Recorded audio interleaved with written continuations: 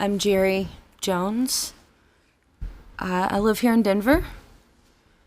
I am the mother of Daniel Gomez. In late May of 2011, while on vacation, Daniel started limping. So we went to the doctor, did an x-ray, wanted to run blood tests to check for possible juvenile rheumatoid arthritis. The doctor called on Friday and said, the numbers are within normal range, but there's no signs of arthritis in there, but, let's keep an eye on him, and if anything changes, let us know. And he had slept till about 10:30, said he couldn't walk down the stairs. I wanted to go to the emergency room, but I really didn't know what to say was wrong. And he paused, and he said, I'm going to call Children's ER. I want you to take him now.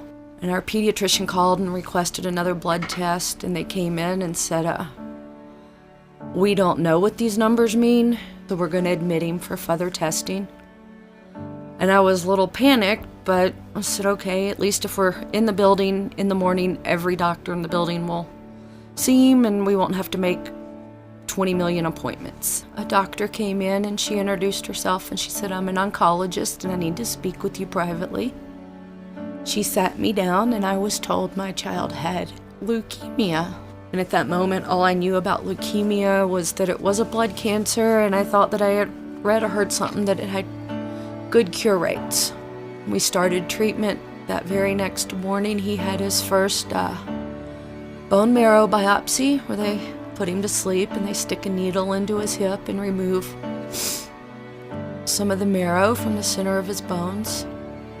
He had his first lumbar puncture, which is a needle into his spine to test the spinal fluid and to have chemo injected into his spine. And we were told treatment for leukemia for a 3-year-old boy was about 3 years. So we were in for the long haul. I remember hospital staff pretty much knowing that we were a new diagnosis, and they took over everything for me. Through it all, the staff became our family. He had his favorite nurses, even cleaning staff that were his favorites. One lady, every time she'd come in to clean the room, they'd play peekaboo, and he'd give her cookies. So we continued treatment, and we had several inpatient stays due to low counts and weekend stays for chemo. One of those inpatient stays, we had to be admitted the day of his 3rd birthday, and instead of putting it off, I said, no, we will do this, because this is so we can aim for next year's birthday and for the next birthday. Never once would you have looked at him except for his little bald head and say, this child's sick. He never acted sick. We were told he had jumped from 50% leukemia cells to 85%. My mom was in town visiting, and Daniel asked if Granny could stay at the hospital. So Granny stayed that night, and I went home to sleep at home for a change. In the morning of the 17th, I received a call from my mom, and she said he's agitated, and he says he's nervous, and he won't keep his oxygen mask on. Can you come up here and help us? So I went upstairs to get dressed, and as I'm getting dressed, the phone rings again, and it's 5-6 minutes later, and it's his nurse. And she says he's code blue. Get up here now. The phone rings again, and it's an oncologist from the floor, and he said, drive safe, but get here as fast as you can. They're doing compressions.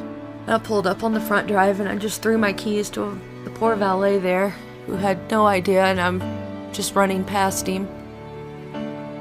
And the oncologist who had called was standing inside the front door.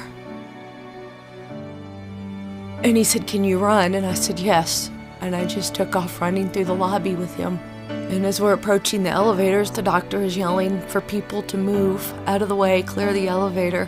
We got to the 7th floor, and I went through the double doors, and the entire hall outside Daniel's room was filled with medical staff. They had an intubation tube in his mouth. They were doing compressions on his chest. And I just grabbed his hand and started talking to him. I was telling him that I was there and it was okay. I know it probably feels scary, buddy, but it's okay. When we were taking him to the PICU, they said we were on the hall and coming off the elevator in the back. We passed by a window, and right before we got to the window, they said, "We have a heartbeat, we have a heartbeat." And we got to this window, and it was the sun was shining through. And I said, "Look, Daniel, it's a sunny day. It's a good day to go play with your puppies in your garden of flowers." And that was when they lost his heartbeat, right after that. For the last time. We lived there from November 7th to February 17th. Leukemia took Daniel from us on February 17th. He was 3.5. Every day in the U.S., 46 children are diagnosed with cancer. I don't know how many will be diagnosed at this hospital today or tomorrow, but it will happen. And they need this facility.